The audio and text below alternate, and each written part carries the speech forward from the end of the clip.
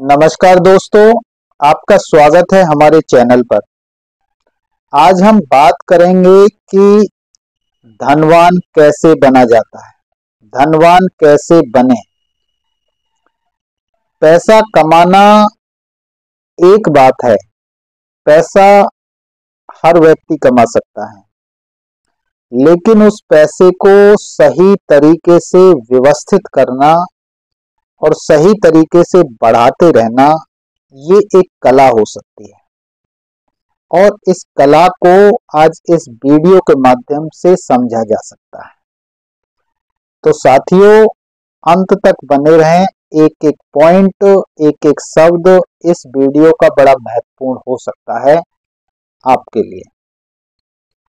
अगर आप नए हैं तो चैनल को सब्सक्राइब करें, बेल आइकॉन को दबाएं, जिससे कि आने वाली वीडियो का नोटिफिकेशन टाइम से मिल सके। आपको कोई बात अच्छी लगती है तो लाइक करें, अपने साथियों के साथ साझा करें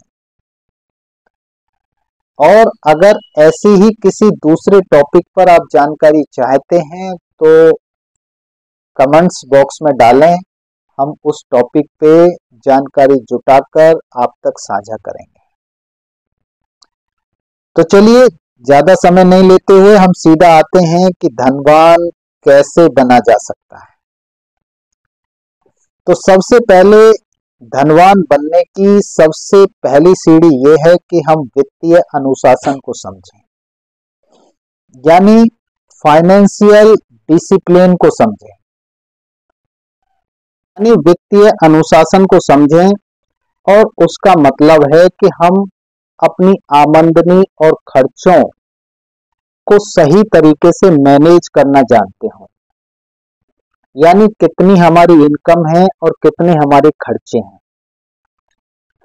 दूसरा, वित्तीय अनुशासन को एक अच्छी बजटिंग के माध्यम से समझा जा सकता है और वित्तीय बजटिंग पर हमने पहले भी एक दो वीडियो डाले हैं, उसे आप देख सकते हैं। हम लॉन्ग टाइम बजटिंग ना करके शॉर्ट टाइम बजटिंग कर सकते हैं, हम मंथली बजटिंग कर सकते हैं, उसकी व्यवस्था कर सकते हैं। पहले महीने से ही हम ये हिसाब किताब रखें कि आमदनी कितनी है और खर्चे कौन कौन से हैं। अगर हम आमदनी और खर्चों पर और उनको लिखते रहेंगे, रिकॉर्ड करते रहेंगे, तो जो गैर जरूरी खर्चे हैं उनको कम किया जा सकता है और अपनी बचत को प्राथमिकता दी जा सकती है। जब बचत को प्राथमिकता दी जाएगी, यानी सेविंग को प्राथमिकता दी जाएगी, प्रायोरिटी दी जाएगी, तो उस सेविंग को फिर इन्वेस्टिंग की तरफ कन्वर्ट किया जा सकता है। तो धनवान बनने के लिए सिर्फ बचत करना ही जरूरी नहीं है, उस बचत किए गए पैसे को सही जगह निवेश करना भी बहुत जरूरी है। अच्छे से आना चाहिए और उसके लिए समझदारी के साथ बचत और निवेश करें, ये हमें ध्यान रखना है। समझदारी के साथ बचत और निवेश करें। आप अपनी बचत को अलग अलग विकल्पों में लगाएं, यानी अगर अगर एक ही विकल्प में हम एक ही जगह अपनी बचत को इन्वेस्ट करते हैं तो वहां पर कई रिस्क आ जाते हैं, वहां पैसा डूबने की भी स्थिति आ सकती है, कम होने की भी स्थिति बन सकती है। इसलिए सलाह दी जाती है कि अपने निवेश को डिफरेंट डिफरेंट ऑप्शंस में, यानी अलग अलग जगह, जैसे mutual fund, share market, real estate, LIC, FD, इन जगह जगह आपको उस बचत को करना चाहिए, जिससे कि आपका पैसा सुरक्षित भी रहे और बढ़े भी। इससे पैसे की सुरक्षा को सुनिश्चित किया जा सकता है। दूसरा, धनवान बनने के लिए एक जरूरी बात आप अपनी आमदनी के कई स्रोत बना सकते हैं, अलग अलग स्रोत बना सकते हैं। कहते हैं ना कि एक इनकम से गुजारा ही किया जा सकता है, तो दूसरी इनकम का स्रोत, तीसरी इनकम का स्रोत, यानी multiple source of income create किए जा सकते हैं, मल्टीपल सोर्स ऑफ इनकम। और वो कैसे किए जा सकते हैं? नौकरी के साथ साथ आपको जो दूसरा समय है, ऑफिस जाने से पहले का समय, ऑफिस जाने के बाद का समय, ऑफिस के बाद का समय, ऑफिस जाने से पहले का समय और ऑफिस के बाद का समय, या जिस दिन आपका ऑफ होता है, संडे या सैटरडे या हॉलीडेज को आप यूटिलाइज कर सकते हैं और उसे वहां यूटिलाइज करके आप अपने इनकम के सोर्स को मल्टीपल कर सकते हैं, बढ़ा सकते हैं। जैसे नौकरी के साथ साथ आप ऑनलाइन बिजनेस कर सकते हैं, नौकरी के साथ साथ आप पैसिव इनकम का कोई सोर्स ले सकते हैं, मार्केटिंग कर सकते हैं, फ्रीलांसिंग कर सकते हैं।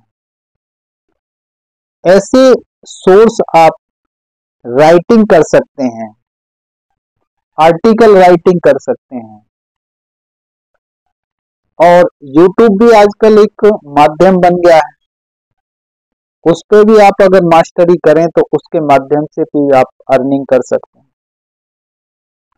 तो ये कुछ मल्टीपल सोर्स आप तैयार करेंगे तो इनकम आपकी मल्टीप्लाई होगी, बढ़ेगी।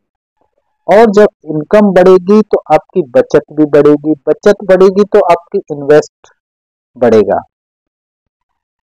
तो आपकी वित्तीय शिक्षा, और एक महत्वपूर्ण अंत में मैं ये कहूंगा कि जो वित्तीय शिक्षा है, फाइनेंशियल एजुकेशन, उसको आप अपग्रेड करते रहें। क्योंकि देखिए, समय समय के साथ में परिवर्तन होता है और परिवर्तन को स्वीकार करना हम सबकी जिम्मेदारी है।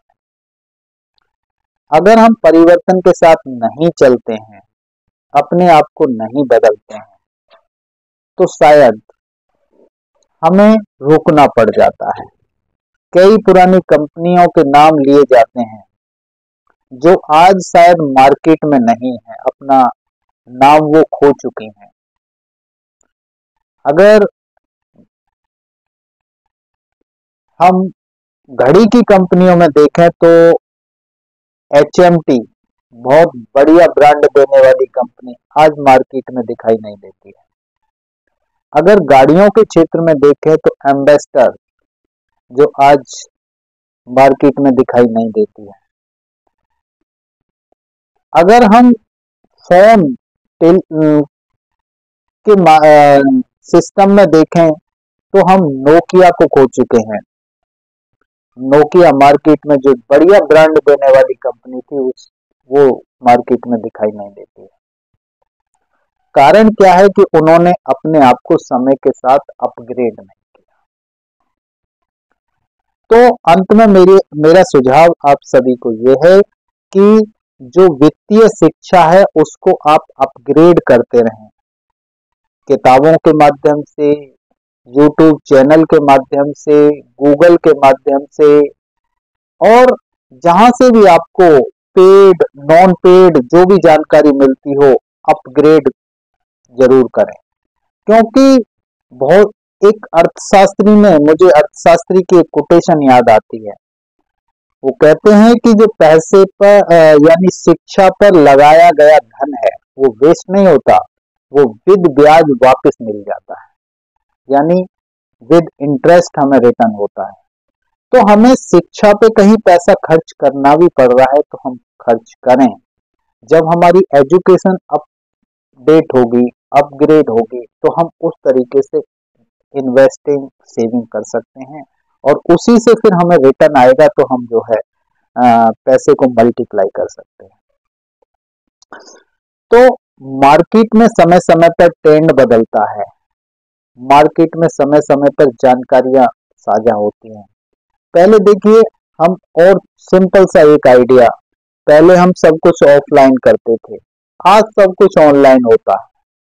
डिजिटलाइजेशन हो गया, और आने वाला समय अभी और ज्यादा अपग्रेड होने वाला है, एआई का जमाना आ रहा है। तो कहीं ना कहीं अगर हम पुराने तरीकों पर बने रहेंगे तो हम पीछे रह जाएंगे। हमें अब नए तरीके को एक्सेप्ट करना पड़ेगा, और उसके जो जोखिम भरे पार्ट हैं उनको भी ध्यान में रखना पड़ेगा, क्योंकि ऐसा ना हो कि हम उसकी नई चीज को एक्सेप्ट करने के साथ साथ कहीं जोखिम उठा जाएं, उसको भी हमें ध्यान में रखना पड़ेगा। हम कोई भी काम करें वो लीगली ठीक होना चाहिए, कानूनी रूप से वैध होना चाहिए। तो साथियों, यहाँ हमने कुछ जानकारी साझा करी कि धनवान कैसे बना जा सकता है। तो मैं पुनः आपको शॉर्ट पॉइंट में बता देता हूँ कि हम पहले तो अपनी आय व्यय का ध्यान रखें, उसको लिखें, उसकी एक बजटिंग करें, प्लानिंग करें, यानी कितनी इनकम है, कितने खर्चे हैं, और फिजूल खर्चों को, अनावश्यक खर्चों को बंद करके, खत्म करके, और उनकी जगह हम जो है बचत करें, सेविंग करें। और जब सेविंग करें तो उसको इन्वेस्टिंग में कन्वर्ट करें, और जब इन्वेस्टिंग करें तो डिफरेंट डिफरेंट ऑप्शन चुनें, अलग अलग ऑप्शन चुनें, जिससे कि हम जोखिम कम उठाएं और अपने जो धन है, पैसा है, उसको सुरक्षित रख सकें, और अपनी जो वित्तीय शिक्षा है उसको अपग्रेड करते रहें, और अपनी जो आमदनी के सोर्स हैं उनको बढ़ाते रहें। यही माध्यम हो सकते हैं। अगर आप इन माध्यमों को अपनाएंगे तो मैं निश्चित रूप से कह सकता हूं कि आप एक अच्छा जीवन जी सकते हैं, पैसे की कमी नहीं हो सकती है। धन्यवाद साथी। अगर ये जानकारी अच्छी लगी है तो मैं पुनः रिक्वेस्ट करूंगा कि आप इस चैनल को सब्सक्राइब करें, बेल आइकॉन को दबाना ना भूलें। धन्यवाद।